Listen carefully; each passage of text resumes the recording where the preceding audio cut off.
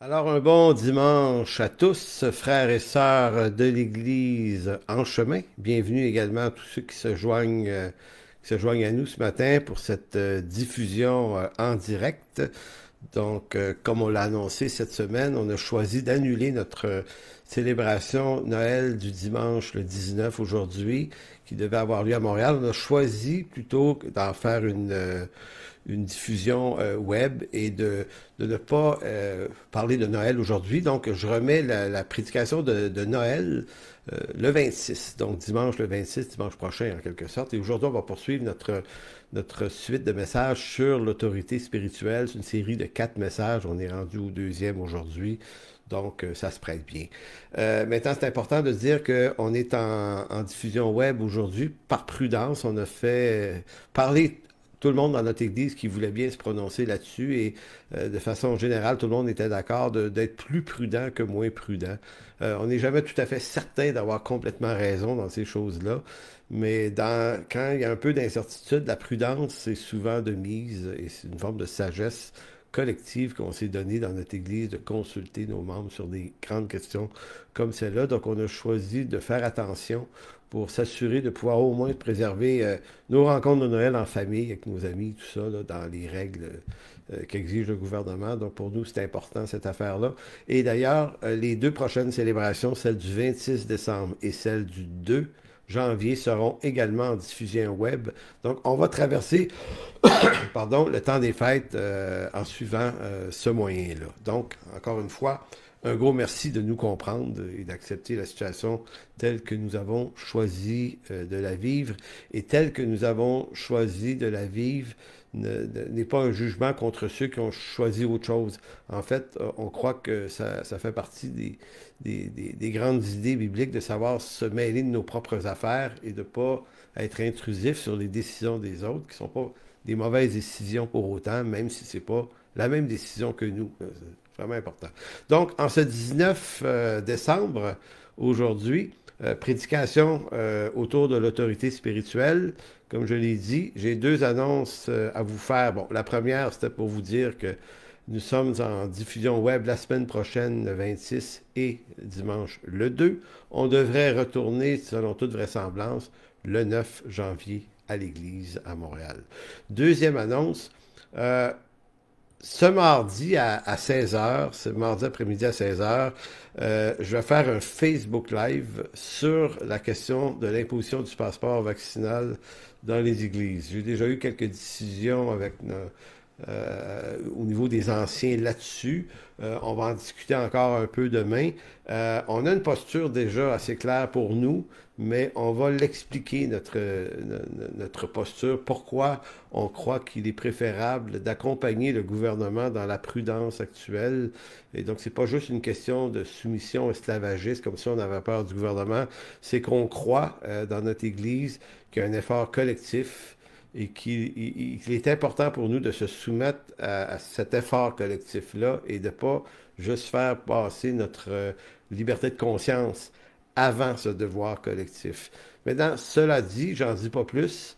Mardi 16 heures, je vais expliquer bibliquement ce qui guide notre réflexion sur cette question-là. Alors voilà pour les annonces. Maintenant, venons-en à la prédication d'aujourd'hui. La semaine passée, dans la première prédication sur l'autorité spirituelle, j'ai abordé la question de la différenciation, c'est-à-dire qu'on a différencié l'autorité spirituelle de l'autorité temporelle ou de l'autorité séculière, les gouvernements, les rois. On a essayé de montrer dans ça que les exigences, ce qui est exigé des gouvernements séculiers, de ceux qui occupent ces rôles-là, là, et ce qui est exigé de ceux qui exercent l'autorité, mais dans l'Église, donc pasteurs anciens, diacres, bref, tous ceux qui ont une charge, ben, c'est pas les mêmes, c'est pas du tout les mêmes paramètres. Et ça nous est apparu important de différencier qu'on ne peut pas appliquer à l'Église des textes comme Romains 13 qui dit d'être soumis à toute autorité établie par Dieu. Il y en a qui le font, ils vont dire c'est pour cette raison-là qu'on doit être soumis de toutes les manières possibles aux anciens, aux pasteurs, mais sauf que l'Église, la parole ne nous permet pas d'utiliser Romains 13 pour l'Église. De la même manière qu'elle ne nous permet pas d'utiliser les textes de Paul à Timothée, qui s'adressent à l'Église, mais de les utiliser ou de les appliquer dans notre regard au gouvernement. Ces deux types d'autorité, les deux sont mandatés et appelés et donnés par Dieu. Ça, c'est vraiment important de le redire. Dieu appelle les deux, mais dans deux sphères différentes. L'une politique, qui a pour but de gérer le chaos produit par le péché, donc l'institution des gouvernements, et l'institution d'Église, elle, qui est le moyen de salut, qui est la solution à la chute, et non pas la gestion du chaos de la chute. Ça, Dieu s'arrange avec des gouvernements là-dessus, et il ne nous appartient pas à nous d'en juger. Donc, j'avais montré que s'il est demandé aux pasteurs et anciens dans l'Église d'avoir une conduite morale pure, ben, il n'est pas demandé au gouvernement, il ne nous est pas dit d'observer s'ils sont mariés d'une seule femme, puis s'ils mènent bien leur maison, ou si est-ce qu'ils sont cupides. Donc, toutes les exigences qui sont imposées aux pasteurs ne sont pas imposées. Ça ne veut pas dire qu'ils ne doivent pas avoir des bonnes valeurs, ça veut juste dire qu'il ne nous revient pas à nous d'en juger. Ils sont établis par Dieu. Donc, il n'appartient pas à l'Église et aux chrétiens d'évaluer la légitimité d'un gouvernement. Cette charge de cette évaluation-là revient à Dieu, devant qui tout genou va fléchir. Et même Pilate, j'avais expliqué, Jean 19, 11, que même celui qui condamne Jésus à la crucifixion, qui est Pilate, Jésus lui dit, tu n'aurais aucune autorité sur moi si elle ne t'avait été donnée de mon Père.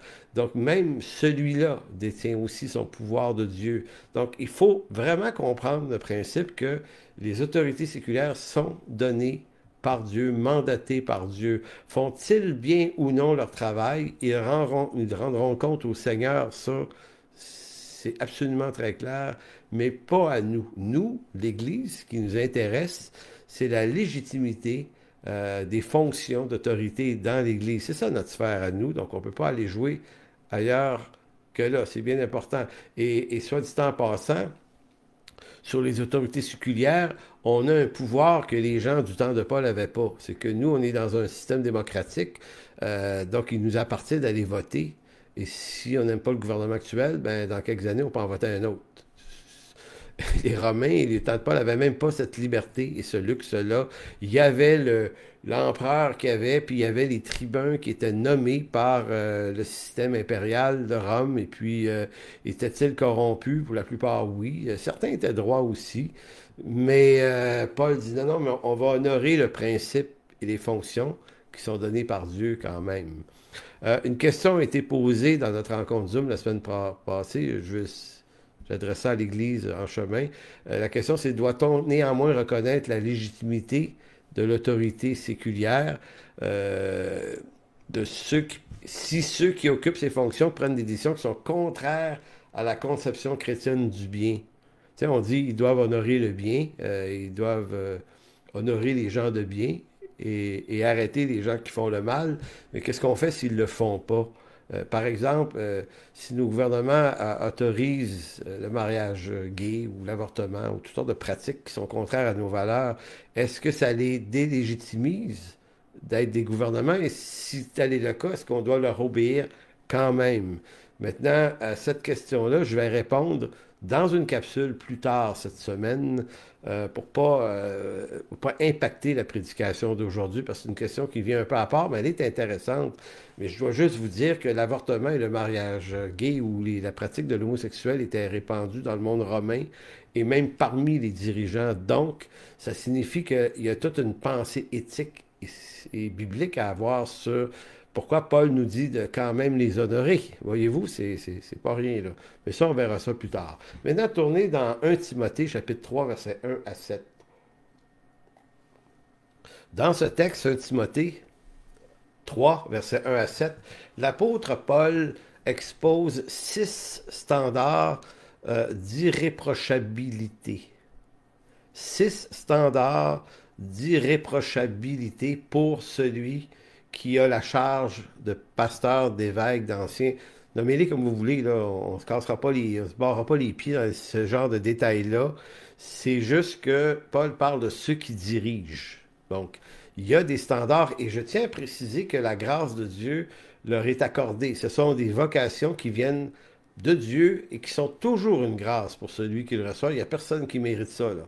Et c'est vraiment une grande, grande bénédiction d'être appelé par Dieu à ces fonctions-là. C'est une grâce immense. Dieu nous fait être des porte-paroles.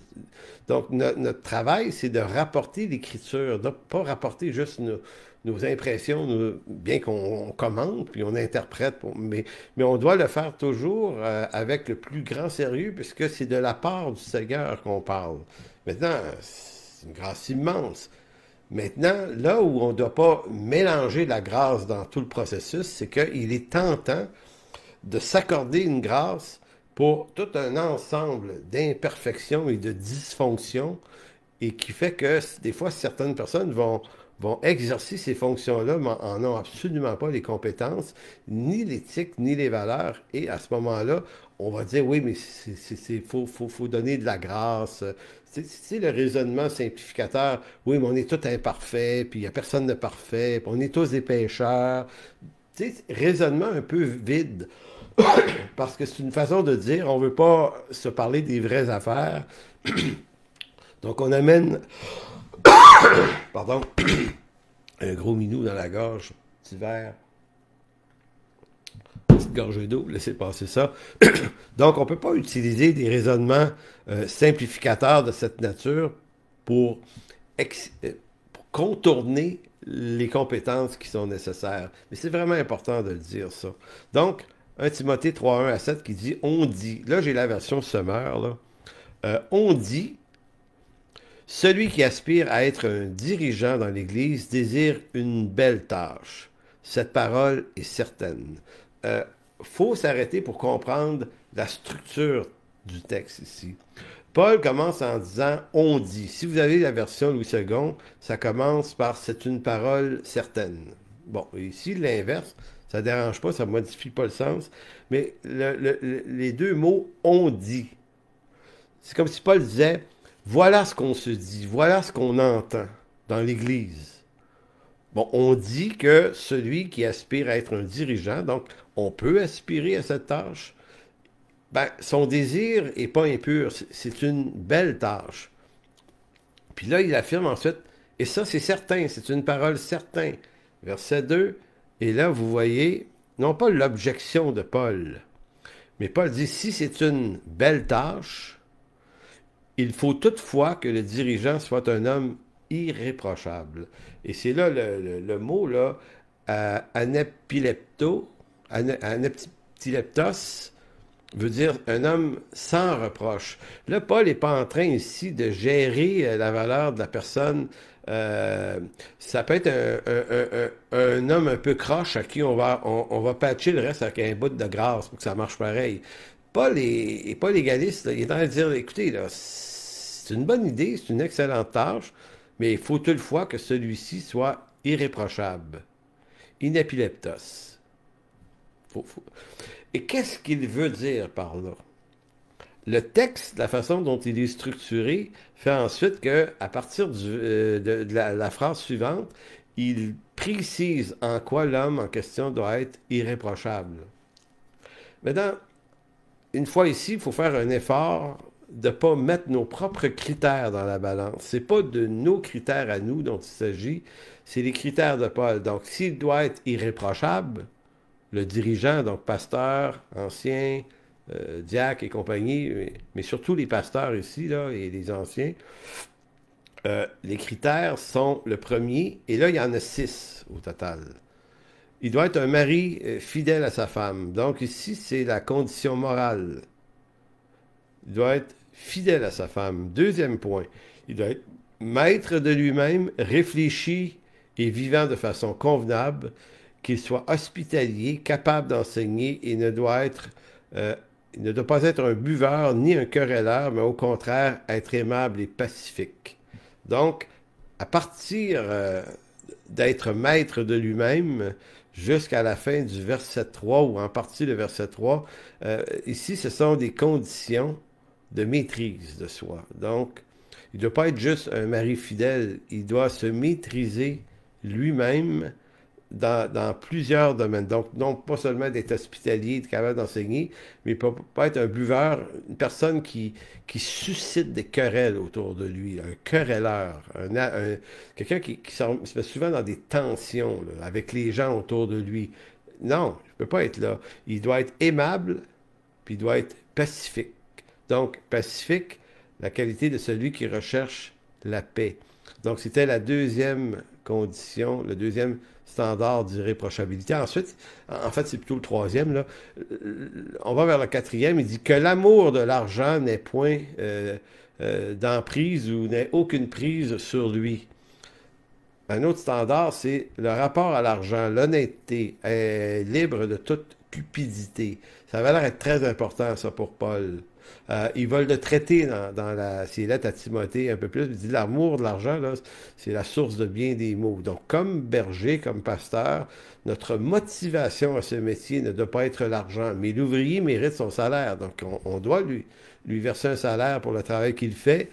Mais attention, moi, je considère que je ne dois pas m'ouvrir d'autres métiers dans la vie et que l'argent devienne une insécurité qui me fasse prendre toutes sortes de décisions. Il y a pour moi l'obligation d'être honnête sur la question des finances, être honnête dans mes impôts avec le gouvernement et toutes ces questions-là, d'être honnête aussi avec l'Église, mais en même temps de ne pas être pris dans l'esclavage extrême de l'insécurité de l'argent. Ça, il faut se séparer de ça. Verset 4. Qu'il dirige bien sa famille et maintienne ses enfants dans l'obéissance en toute dignité, car comme un homme qui ne dirige pas bien sa famille serait-il qualifié pour prendre soin de l'Église de Dieu? Ici, là, on a un standard de compétence. En d'autres mots, c'est comme si Paul disait, comment on reconnaît sa compétence? Ben, il dit, regardez-le comment il se conduit avec sa famille, avec sa femme, ses enfants. En d'autres mots, si tu réussis pas là, ben, comment tu peux réussir dans l'Église? Maintenant, je fais un bémol ici. Très important le bémol parce que l'Écriture ne dit pas qu'il faut que tes enfants soient des chrétiens. Là. Ici, c'est pas nécessairement ce que Paul a à l'esprit. Je vous dis ça parce que plusieurs années, j'avais jasé avec un ami pasteur dont le fils, qui était vers la fin de l'adolescence, avait décidé de quitter l'Église, puis consommait de la dope, et puis là, c'est un problème très classique dans notre génération. Et puis lui, se remettant en question, ce pasteur-là, il était affecté par ça, puis il disait, hey, ben, peut-être que je devrais cesser mon ministère parce que je réussis avec mes autres enfants, mais pas avec lui. Bon. Puis moi, je disais, attends, wow, un instant. L'Écriture ne te dit pas qu'il doit être un chrétien, puis qu'il doit marcher avec Dieu, puis te faire tout cet honneur-là. Ça serait béni, mais c'est pas nécessairement tout à fait ce que Paul a à l'esprit. Paul, ce qu'il a à l'esprit, c'est que on doit reconnaître chez cet homme-là qu'il est un bon parent. Peut-être que le jeune, éventuellement, s'en détourne, mais cet homme-là a été un bon parent. Depuis la jeunesse de ses enfants, on a vu qu'il a fait ce qu'il avait à faire. Lui et son épouse, évidemment, les deux ensemble, sont des personnes qui ont été responsables. Puis moi, j'ai dit à cet homme-là, j'ai dit, tu es à mes yeux et aux yeux de plusieurs un homme très responsable. Donc, attention pour ne pas te juger trop sévèrement, parce que voyez-vous ici, là, quand on lit les critères et les standards, là, on comprend que il y a de la flottaison là-dedans. Là. Il n'y a pas de perfection. Donc, c'est vrai que personne n'est parfait. Puis c'est vrai que la grâce de Dieu va être impactante pour tout le monde. Mais en même temps, attention, ce que Paul vise, ce qui nous aide, ce qu'il nous dit de viser, c'est l'excellence en toutes ces choses. Et si jamais on pêche, parce qu'on est des pêcheurs en passant, donc il n'est pas dit l'irréprochabilité n'est pas en train de dire que le gars ne pêche plus. Même dans sa condition de pêcheur, un berger, un pasteur doit se montrer humble que lorsqu'il n'est pas dedans, ben, il répare. Il doit réparer ses erreurs. Il doit confesser ses fautes. Il doit absolument le faire. Il doit le faire plus que tout le monde. Il est le modèle de la chose et pas seulement, tu sais, on entend ça des fois, des gens qui ont dit, hey, si je t'ai fait du tort, je te demande pardon. Une façon de dire, je sais pas ce que je t'ai fait, mais ça a l'air que je t'ai fait quelque chose, je te demande pardon. Ça, ce n'est pas de la repentance, ni de la reconnaissance d'une faute.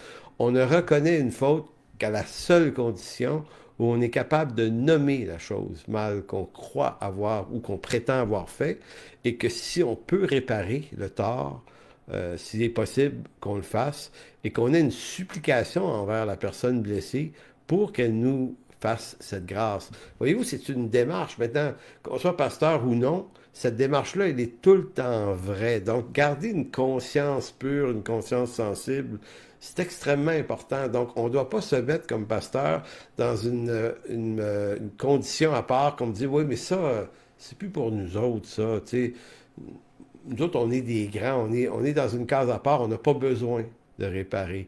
Jamais de la vie. On doit être absolument des modèles là-dedans. Donc, c'est pour ça que je dis que bien être un modèle de compétence dans ses rapports humains, que ce soit avec sa famille ou avec les gens autour de lui, à travers cette compétence de relation humaine, le berger est en train de démontrer qu'il est compétent dans son appel pour gérer l'Église. Le verset 6 d'un Timothée 3 dit que ce ne soit pas un converti de fraîche date, de peur qu'il ne se laisse aveugler par l'orgueil et ne tombe sous la même condamnation que le diable. Verset 6 nous parle ici, ça doit être quelqu'un de mature.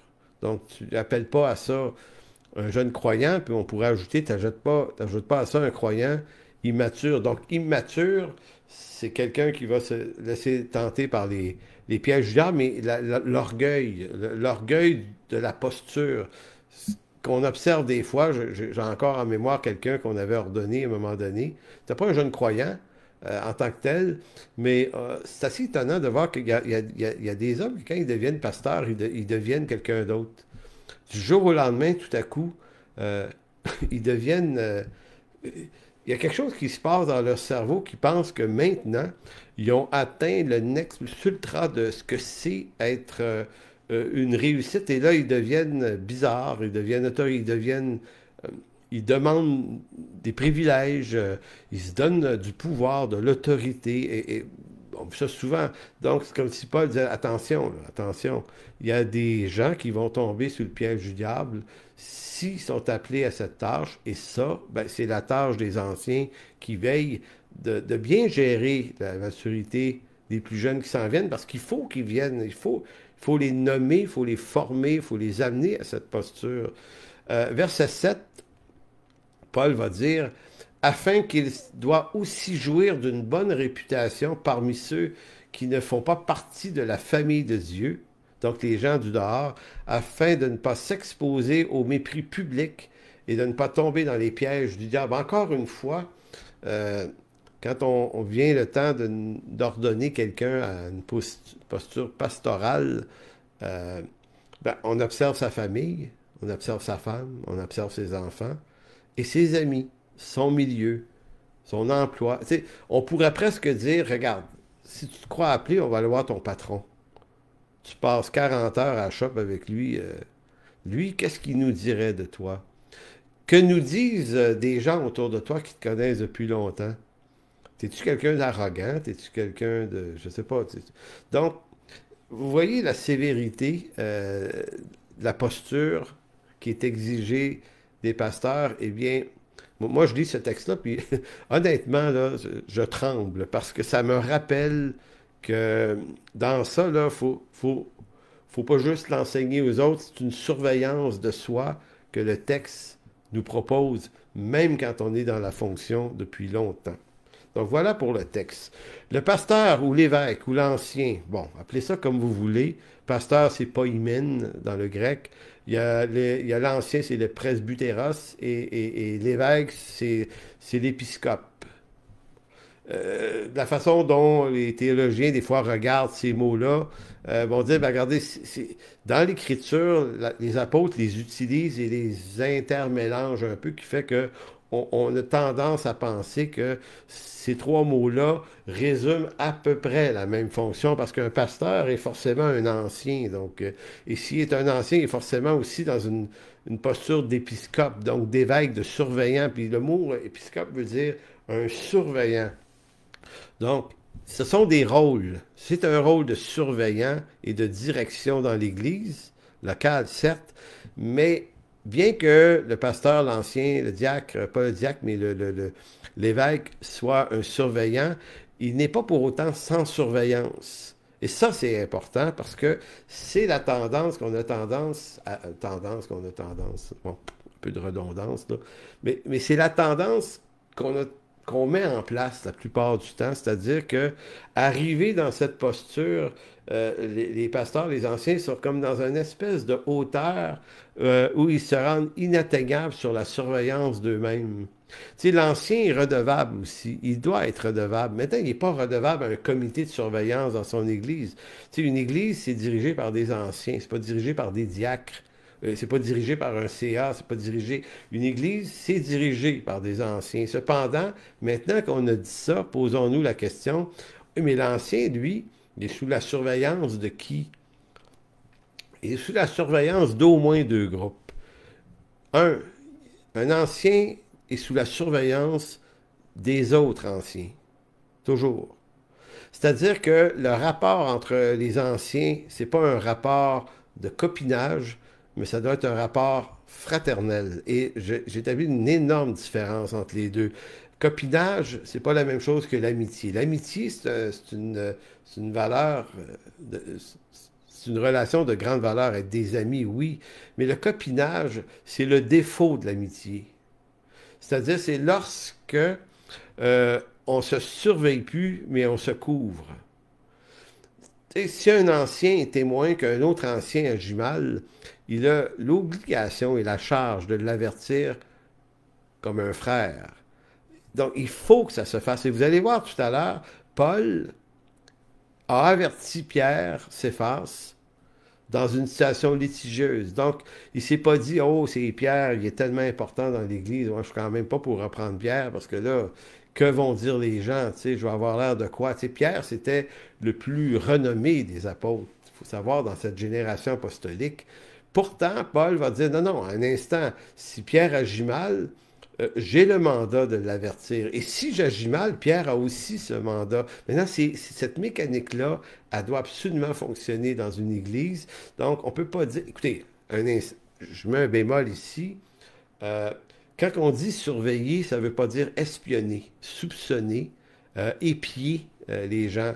De la même façon qu'une personne dans une église... peut avertir un ancien si elle est témoin d'une faute de l'ancien. L'ancien peut le faire envers la personne aussi, mais on doit en même temps respecter la vie privée des gens. Donc, il ne s'agit pas d'espionner et d'épier, d'essayer de voir. Les textes qu'il nous dit sur ce type de surveillance-là, c'est si on est témoin d'une situation, si la chose arrive sans qu'on épie, mais elle est arrivée, on en est témoin, c'est toujours à ce moment-là que la qualité de notre intervention est nécessaire. Sinon c'est dangereux qu'on devienne des espions les uns des autres. Et donc, un surveillant, un évêque, n'a pas à surveiller les gens de son église dans leur vie privée, là. S'il n'entend rien à leur sujet, ben il n'entend rien à leur sujet, puis là, vouloir en savoir plus, ça peut devenir... ben c'est un péché, là. C'est une intrusion dans la vie privée. À moins que des gens veulent se confier à lui sur leur vie privée, ça, c'est une autre affaire. Donc, ni les membres d'une Église envers les anciens, ni les anciens envers les membres d'une Église n'ont le droit d'épier. Mais, par contre, la surveillance qui est garder l'œil ouvert et d'éviter les copinages et de savoir faire une intervention qui est judicieuse, ben, c'est la santé de l'Église qui l'impose. Bon, qu'il soit pasteur, ancien, voire même apôtre, il peut être repris si son comportement porte ombrage à l'Évangile. Et pour ça, je vous demande de tourner dans Galates chapitre 2, verset 11. Galates 2, 11. Galates 2, 11, il est écrit, et là, je vous mets en contexte, la chose se passe à Antioche. Pierre était là, et Paul aussi. Maintenant, ils sont en compagnie de chrétiens païens, et la difficulté, c'est que les païens mangent un peu de n'importe quoi, et pas les Juifs. Normalement, dans la réalité des Juifs, tu te tentes pas dans la maison d'un païen, tu manges pas avec lui, tu te tiens loin de ça. Et l'apôtre Pierre le sait, évidemment. Mais l'apôtre Pierre avait reçu l'éclairage dans Actes 10 et 11, dans la vision des trois nappes. Vous savez, quand Dieu lui disait les mots impurs, tue et mange Pierre. Puis là, Pierre, non, jamais rien d'impur est rentré dans ma bouche. Et là, Dieu lui dit, hey, t'es qui, Pierre, là, pour décider de ce qui est pur? Tue et mange. Et là, vous avez Corneille qui envoie des serviteurs chercher Pierre à Jopé, il les amène chez lui. Et Pierre annonce l'Évangile à des païens qui se convertissent, parlent en langue. Ils ont tous les signes, les mêmes signes que dans Acte 2. Donc Pierre est là, ben voyons.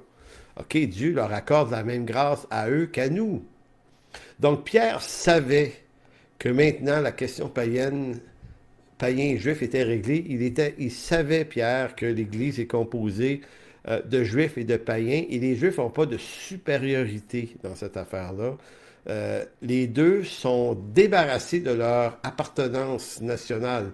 Quand tu te convertis à Jésus-Christ, tu n'es plus un juif, tu n'es plus un païen, tu es une nouvelle créature en Jésus-Christ. Et il y a une égalité parfaite. Vous lisez Éphésiens 2, vous allez voir ça, c'est clair, clair, clair. Des deux, il en a fait un, il a aboli le mur qui les séparait, tout est là. Maintenant, Pierre le sait. Sauf qu'à Antioche, ils sont là, Pierre et Paul, probablement, bon, qui sont là pour édifier les frères pendant une couple de jours, de semaines, on ne sait pas. Puis à un moment donné, il y a des judaïsants chrétiens supposément envoyés de Jacques et de Jérusalem. Puis à Jérusalem, la chose n'était pas si claire que ça, à savoir, les païens, les juifs, faut-il imposer aux juifs des normes, des pratiques, la circoncision, les viandes sacrifiées aux idoles, bref, tout ça, ça brassait là, on veut, dans le panorama de l'Église apostolique. Et certains légalistes judaïsants chrétiens sont débarqués à Antioche pendant que Pierre et Paul étaient là. Et Pierre a eu peur d'eux. Il est écrit qu'il s'est tenu à l'écart des païens pour montrer, probablement pour éviter une discussion avec ces légalistes-là, puis qui sont chrétiens, puis ça y tente pas. Puis Pierre, c'est Pierre, voyez-vous. Et là, Paul, qui est là en train de réaliser que Pierre agit par lâcheté, ben intervient. Verset 11, Galates 2. Mais lorsque Céphas vint à Antioche, je lui récitai en face parce qu'il était répréhensible. Donc, premier mot, premier reproche à Pierre, il a agi de façon répréhensible. Tout à l'heure, je parlais de l'irrépréhensibilité de la tâche de l'évêque, du pasteur. Mais c'était vrai pour les apôtres, même pour eux, inspirés de Dieu, homme spécial, mais ils n'ont pas échappé à la possibilité d'être repris s'ils étaient répréhensibles. Donc, lorsque Céphas vient d'Antioche, je lui récite en face parce qu'il était répréhensible. En effet, avant l'arrivée de quelques personnes envoyées par Jacques, il mangeait avec des païens. Et quand elles furent venues, il s'esquiva et se tint à l'écart par crainte des circoncis, donc de ces hommes envoyés supposément de Jacques. Il dit avec lui, avec lui, les autres Juifs usèrent aussi de dissimulation. Deuxième reproche. Donc, il était répréhensible. Pourquoi? Parce qu'il a usé de dissimulation. Dissimuler, cacher quelque chose. Voyez-vous, jouer double jeu, manipulation dans ça. Donc, ils usèrent de dissimulation en sorte que Barnabas même, Barnabas, confrère de Paul, même Barnabas fut entraîné dans leur hypocrisie. Hypocryptos, un acteur. Donc, ils ont joué un rôle qui n'est pas un rôle authentique dans leur vocation.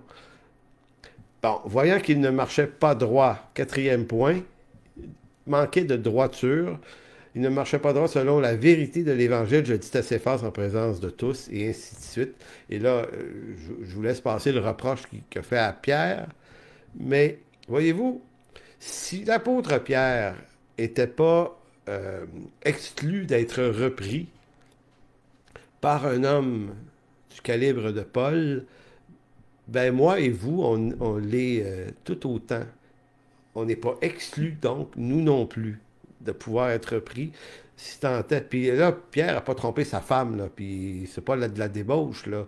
C'est juste que il a développé une attitude qui n'était pas conforme à l'Évangile, et là, vous avez dit, ouais, mais c'était si grave que ça? Oui, parce que, écoutez, toutes les questions ne nécessitent pas nécessairement une prise de posture publique aussi intense que celle-là tout le temps.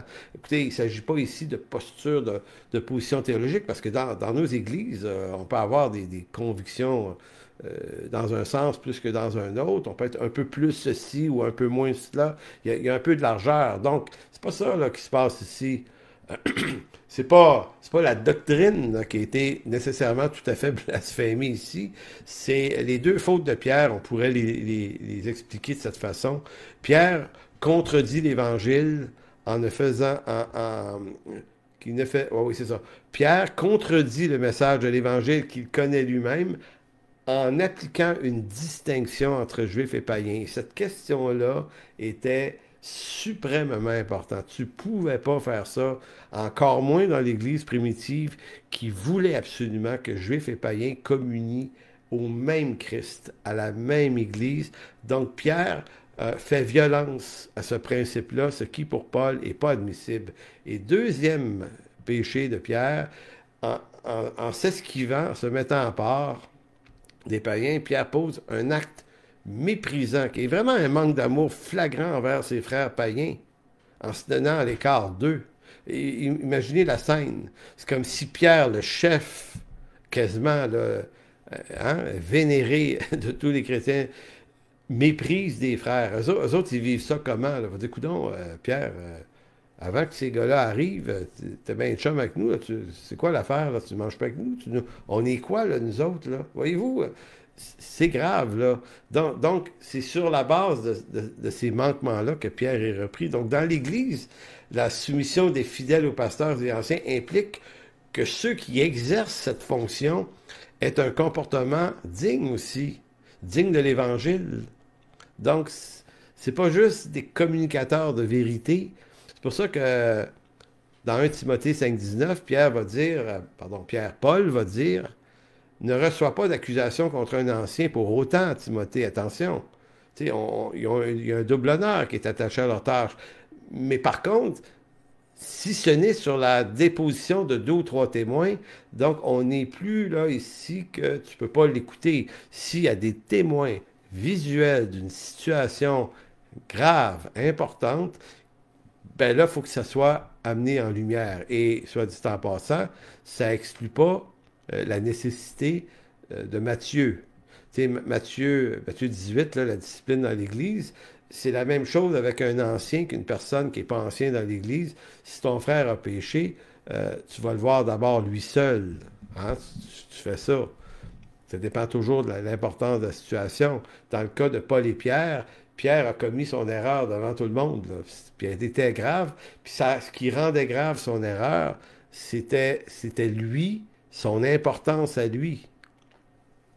Donc, c'est pour ça qu'on doit préciser toujours que les pasteurs ne sont pas des oins de l'Éternel qu'on met dans une classe à part et qu'on protège. Non, ils ont l'obligation d'avoir une vie nette, tant sur le plan moral que sur leur comportement spirituel dans l'Église et ailleurs. Sinon, ils peuvent être soumis au même préjudice que n'importe qui d'autre.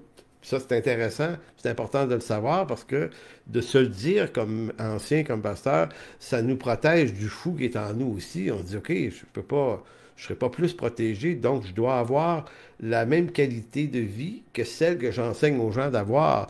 Donc, c'est un rang honorable, nous dit Paul, mais encore faut-il en honorer la fonction par notre bonne conduite. Et si on joue la game dans une église, de protéger le pasteur, de mettre sous le tapis les choses, de calmer les choses, puis de ne pas préciser le problème, de ne pas l'amener lui à réparer, ben on participe à sa faute à ce moment-là. Être pasteur ne donne pas plus de droits, n'ajoute pas de privilèges, double honneur certes, mais au contraire, cette charge, je pense, réduit nos libertés. Dans nos comportements, on doit être des gens qui font un peu plus attention que la moyenne parce qu'on ne doit pas être des simples communicateurs de vérité, mais on est aussi appelés à vivre ce qu'on enseigne. Vous savez, il y a plusieurs années de ça, à l'église où j'étais, le pasteur, on avait des lunchs le midi à tout midi. Puis il y avait une file d'attente qui se mettait là, pour aller se servir. Puis elle pouvait être longue des fois. Et je me souviens que les gens avaient tendance à me dire Hey, passe en avant, t'es le pasteur, passe en avant, toi et ta femme, passe en avant. Puis à moins d'avoir un rendez-vous important et urgent, ça arrive des fois après une célébration que, bon, faut faire ça vite, mais autrement, je disais aux gens, non, non, je vais attendre en ligne. Ouais, non, faut que tu passes en avant, t'es le pasteur. Puis là, pour moi, c'est, mais non, justement, parce que je suis le pasteur, je vais faire ça comme tout le monde, je vais attendre. Et souvent, arrivé à la caisse, quand c'était le temps de payer, les gens disaient, hey, tu payes pas, toi, t'es le pasteur. Je disais, non, non, je vais payer. Non, non, t'es le pasteur, privilège. Et je les ai souvent refusés, ces privilèges-là, parce que je me disais, si je commence à me donner des droits que les autres n'ont pas, des privilèges que les autres n'ont pas, ben, je m'enferme dans un piège. Et je vais devenir un bourgeois qui pense que ces choses-là sont normales pour lui, mais pas pour le reste. Pour moi, là, quand tu es un berger et un pasteur, il faut absolument que tu te places dans les mêmes consignes que tout le monde. Faut que tu te lèves de bonne heure le matin, comme tout le monde qui vont travailler. Toi, peut-être que tu y vas pas travailler à la shop, tu as une belle job de pasteur. Maintenant, il faut que tu sois vaillant. Faut que tu travailles, faut que tu étudies, faut que tu cherches. Tu peux pas dormir au gaz à la semaine longue, recevoir ton salaire. J'en ai connu qui faisaient ça, puis qui se traînaient les pieds. No way, no way. Tu dois avoir la discipline de vie qui est celle que tu demandes à tout le monde d'avoir pour marcher avec justice et justesse devant Dieu. L'apôtre Paul va dire en 1 Corinthiens 9, 27, il dit « Mais je traite durement mon corps, je le tiens assujetti de peur d'être moi-même rejeté après avoir prêché aux autres. » Donc, vous voyez, Paul faisait une application à sa vie de son enseignement. Jacques, l'apôtre Jacques, en fait, Jacques plutôt, le frère du Seigneur, Jacques 3.1 va dire « Mes frères, qu'il n'y ait pas parmi vous un grand nombre de personnes qui se mettent à enseigner, car vous savez que nous serons jugés plus sévèrement. Sévèrement par Dieu ou plus sévèrement par les hommes? Je pense que c'est par les deux. Mais effectivement, si les gens... Donc, on ne peut pas dire à n'importe qui tu peux enseigner dans l'Église simplement parce que tu as l'air d'avoir quelque chose d'intéressant à dire. C'est pas une question de compétences académiques. C'est pas ça. C'est pas juste ça. C'est ta vie, ton témoignage, tout ça, ça a du poids dans la balance. Donc, voilà. Maintenant, j'entre dans la deuxième partie. On va introduire maintenant une autre partie de cette série qui est comment Jésus voit-il le développement des leaders de l'Église. Et quand j'utilise leader, sachez que j'aime pas beaucoup ce mot pour l'Église. Pour moi, un leader, ça nous amène mentalement ailleurs que dans l'usage du lexique biblique. Je sais qu'on veut dire la même affaire, mais ça ne veut pas dire la même chose. L'Écriture nous appelle à être des serviteurs et non des leaders au sens où on l'entend aujourd'hui, quelqu'un d'en avant d'hyper inspirant, là, qui dirige, qui mène la patente. Oui et non. Et moi, je préfère qu'on revienne à un lexique nettement biblique. Donc, non seulement, et là, je vais vous demander de tourner dans un texte de l'Écriture qui est dans Matthieu 20, 20. Matthieu 20, 20. Il y a quelque chose qui se passe là, et littéralement, c'est une révolution. Autant où ce texte-là est donné là, par Jésus-Christ et par Matthieu, l'auteur de l'Évangile de Matthieu, les choses ne fonctionnent pas comme ça. C'est-à-dire que le leadership là, dans le monde romain puis dans le monde juif, c'est quand même quelque chose d'assez solidement imprégné. Les leaders religieux juifs là, attiraient la crainte d'eux-mêmes. On le voit dans les évangiles, dans l'histoire de l'aveugle de Jean 9. Ses parents, là, quand il était guéri, avaient de misère à se réjouir parce qu'ils avaient peur. Il avait peur d'être rejeté de la synagogue. Donc, je ne sais pas si vous pouvez voir que l'univers des dirigeants et de forme d'autoritarisme était quand même assez solide.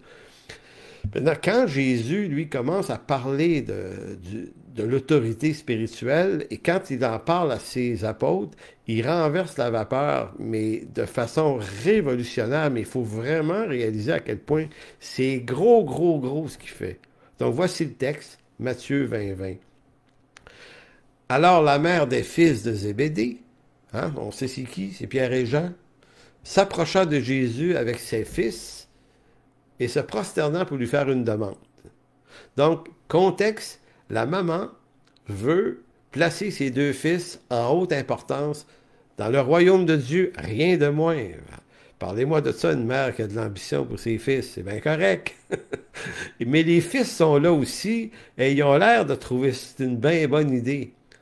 Tu sais, c'est comme, OK, maman, tu veux qu'on y aille? Ah, on y va avec toi, maman. Hey, oui, oui, hey. Moi, assis à sa droite, l'autre à sa gauche. Hey. C'est yes, on y va. Fait que, il lui dit, que veux-tu? Ordonne, lui dit-elle, que mes deux fils, que voici, soient assis dans ton royaume, l'un à ta droite et l'autre à ta gauche. OK? Et là, bon, écoutez, c'est quand même, c'est drôle. Ben, c'est-tu drôle ou c'est dramatique? Mais en d'autres mots, on se reconnaît. C'est des nous autres, ces gens-là, là, qui sont comme ça. Ben oui, je veux une bonne place, là. Jésus répondit, vous ne savez ce que vous demandez. Pouvez-vous boire la coupe que je bois? Nous le pouvons, dirent-ils. Donc, c'est plus juste la maman qui répond. Eux autres, oui, oui, oui. Tu te souviendras que Jésus a renié Pierre. Pierre a renié Jésus, mais bon, ici, oui, nous le pouvons. Et il leur répondit, il est vrai que vous boirez ma coupe, mais pour ce qui est d'être à ma droite et à ma gauche, cela ne dépend pas de moi et cela sera donné à ceux à qui mon Père l'a réservé. Les 10, ayant entendu cela, furent indignés contre les deux frères. Évidemment, mais ils ne sont pas plus purs. C'est pas plus éclairé en disant hey, ça n'a pas de bon sens, votre affaire. Non, moi, je sens l'indignation comme quelque chose comment vous dire, presque de la jalousie. Nous autres aussi, on aurait voulu ça. Hey, pour qui vous vous prenez, vous autres? C'est peut-être que d'autres apôtres auraient dit non, mais c'est moi là, qui mérite plus, puis voyez-vous, en tout cas, peu importe, l'idée ici, c'est que les 10 se sont indignés. Verset 25, Jésus les appela et dit, vous savez que les chefs des nations les tyrannisent et que les grands les asservissent. Il n'en sera pas de même. Il n'en sera pas de même. Il n'en sera pas de même au milieu de vous. C'est ici la révolution dans l'art de diriger. Les gars, le modèle qu'on installe ici, là, vous et moi et dans l'Église qui s'en vient, ça n'a rien à voir avec vos désirs, vos besoins. Comment les païens fonctionnent, même comment ça fonctionne ici en Israël. Les gars, on est en train de faire vraiment autre chose. On s'en va ailleurs. Il n'en sera pas ici au milieu de vous. Mais quiconque veut être grand parmi vous, qu'il soit votre serviteur. Oh! C'est un renversement. C'est pas juste des beaux versets intéressants. Ça vient renverser quelque chose et il va falloir le digérer, ce renversement-là. Verset 27, « Et quiconque veut être le premier parmi vous, qu'il soit votre esclave. » Aïe, aïe! C'est ainsi que le Fils de l'homme est venu, non pour être servi, mais pour servir et donner sa vie comme la rançon de plusieurs. Donc Jésus est en train de dire, regardez-moi bien aller les gars là, et là je vais vous donner une grande leçon de ce que c'est être un dirigeant digne du Père, pour ne pas utiliser un grand leader. On peut utiliser leader, mais on dirait que le mot leader, il vient contaminer la charge de vérité qui est dans ça. Donc, il y a deux comme expressions qui opposent deux extrêmes. Au verset 26, il utilise le mot grand et le mot serviteur. Je relis ça, 26. Quiconque veut être grand parmi vous, qu'il soit votre serviteur. Donc, oppose deux extrêmes. Un très grand, le mot grec mégas, un méga. Hein, on a ça en français, un méga, une méga vente, la plus grande vente. Donc, quiconque veut être un méga doit devenir un diaconos, diacre ici, un serviteur au sens du diaconat. Donc, c'est ça la prescription de Christ, les gars, c'est ça le renversement. Et le verset 27, quiconque va être le premier va devoir être l'esclave. Premier, le protos. Je pense que le mot proton, la première particule, premier, là, tu vas être le premier là, de toute l'affaire là en haut, là, ben, Tu vas devoir être un doulos, un esclave sans droit. Et quand il dit, il n'en sera pas ainsi parmi vous, il leur dit, voici comment ça va être, c'est comme un petit peu moins stimulant pour la chair. En d'autres mots, le renversement est double, il est énorme, il est grand, à la fois, et là c'est important de dire, et là je vais aller vers la conclusion bientôt, Jésus n'est pas en train de dire qu'il n'y aura pas d'autorité dans l'Église. Il n'est pas en train de dire qu'il n'y a pas des responsabilités. Les apôtres ont établi, hein, on voit dans Éphésiens 4:11, on le voit partout dans l'Écriture, il y a des charges diaconales dans l'Église, il y a des charges d'anciens dans l'Église, de pasteurs, de docteurs, d'anciens. Tout ça, c'est là. Mais donc, Jésus n'enlève pas l'importance des rôles. Ce qu'il enlève, c'est l'attitude du cœur de ceux qui occupent ces rôles. Donc, il y a des rôles, des appels, mais attention à l'attitude. Donc, plus tu es élevé dans les rôles, plus tu as l'obligation d'avoir une attitude de serviteur. Éphésiens 6, c'est important de le mentionner, il y a eu un tumulte parmi les mères ou les femmes, les veuves hellénistes et les veuves juives. Il y avait une tension ethnique ou raciale entre elles. Et les apôtres ont nommé des diacres, hein, au nombre de 6. C'est pourquoi, frères, choisissez parmi vous, je dis 6, pardon, 7, à qui l'on rende d'un bon témoignage, qui soit rempli d'Esprit Saint et de sagesse, que nous chargerons de cet emploi, et nous, disons les apôtres, nous continuerons à nous appliquer à la prière et au ministère de la parole. Donc, ce que ça voulait dire, c'est pas que les apôtres devaient négliger les charges plus importantes qui étaient leur appel et juste servir aux tables. Ils ont choisi de nommer des personnes à cette charge. Donc, en nommant des diacres, ils sont toujours en train de prendre soin du corps. Ils élargissent le cadre dans lequel va s'exercer les principes d'autorité, mais sans jamais, jamais, jamais, jamais négliger d'être au service de cette communauté. Donc, Dieu va départager la charge du diacre, la charge de l'ancien, la charge de l'apôtre. Donc, tout ça, ça mérite d'être distingué et d'être honoré. Cependant, et là, ma conclusion tournée dans la lettre de Paul aux Corinthiens, 1 Corinthiens 6, on va voir que tout cet enseignement-là s'est rendu à Paul, l'apôtre Paul. C'est-à-dire que Paul est un apôtre et il va devoir des fois se battre pour être reconnu comme tel. Donc, est-ce qu'il fait preuve d'orgueil et d'un manque d'humilité en voulant... Non, non, Paul, il dit, je suis vraiment appelé à être apôtre, donc défendre son apostolat, c'est bon, puis défendre son pastorat, c'est bon, puis défendre la posture et la vocation que Dieu nous donne, c'est bon.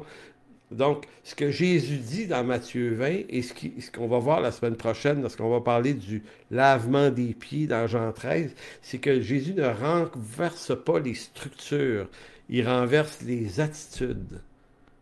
Donc, les structures sont utiles, ça prend de l'ordre, mais les attitudes de ceux qui dirigent ne sont plus les mêmes.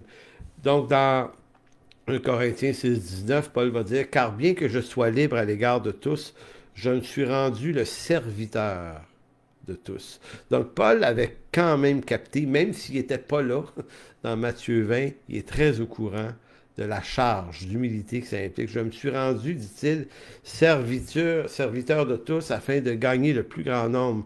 Avec les Juifs, j'ai été comme Juif, afin de gagner les Juifs. Avec ceux qui sont sous la loi, comme sous la loi, quoique je ne sois pas moi-même sous la loi, afin de gagner ceux qui sont sous la loi. Avec ceux qui sont sans loi, comme sans loi, bien que je ne suis pas, sans loi de Dieu, étant sous la loi de Christ, afin de gagner ceux qui sont sans loi. Et écoutez bien le reste. J'ai été faible avec les faibles, afin de gagner les faibles. Je me suis fait à tous, me suis fait tout à tous, afin d'en sauver de manière quelques-uns. J'ai fait tout à cause de l'Évangile. Donc, être serviteur de Dieu nous entraîne à être présent et disponible pour le plus grand nombre. Donc, Paul n'a pas vu sa posture apostolique comme étant une posture élevée qui l'empêchait de redescendre vers les plus faibles. Paul ne se tenait pas seulement dans la clique des forts. C'était pas une clique, son apostolat, c'était aussi d'assister le faible dans ses besoins, tout autant que le fort. Donc, c'est ce verrou-là que Jésus brise, parce que normalement, chez les grands de ce monde, euh, on se tient ensemble. On se protège ensemble. Or, Jésus a défait, en quelque sorte, ce type de posture et de verrou pour ouvrir la porte à une nouvelle posture qui est la nôtre en Jésus-Christ. Donc, je m'interromps là-dessus. Dans quelques minutes, il y aura la rencontre Zoom avec l'animateur. Je ne pourrai pas être présent aujourd'hui au Zoom. J'ai un autre rendez-vous prévu. Mais néanmoins, on va prier en terminant. Seigneur, merci de bénir cette rencontre. Merci de bénir cette prédication aujourd'hui. Merci de nous donner d'en retirer vraiment quelque chose, quel que soit ce qu'on fait dans une église, la nôtre ou les autres, peu importe. Seigneur, on doit toujours être guidé par des attitudes qui sont celles que ta parole nous commande d'avoir afin d'esquiver nos propres cœurs mauvais, qui eux aussi veulent nous attirer.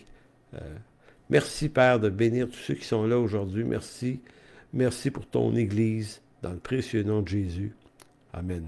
Alors, on se revoit la semaine prochaine, le 26 à 10h30, prédication sur la Nativité et Jésus. Et cette série sur l'autorité spirituelle se poursuivra plus tôt en janvier. Donc, d'ici là, portez-vous bien.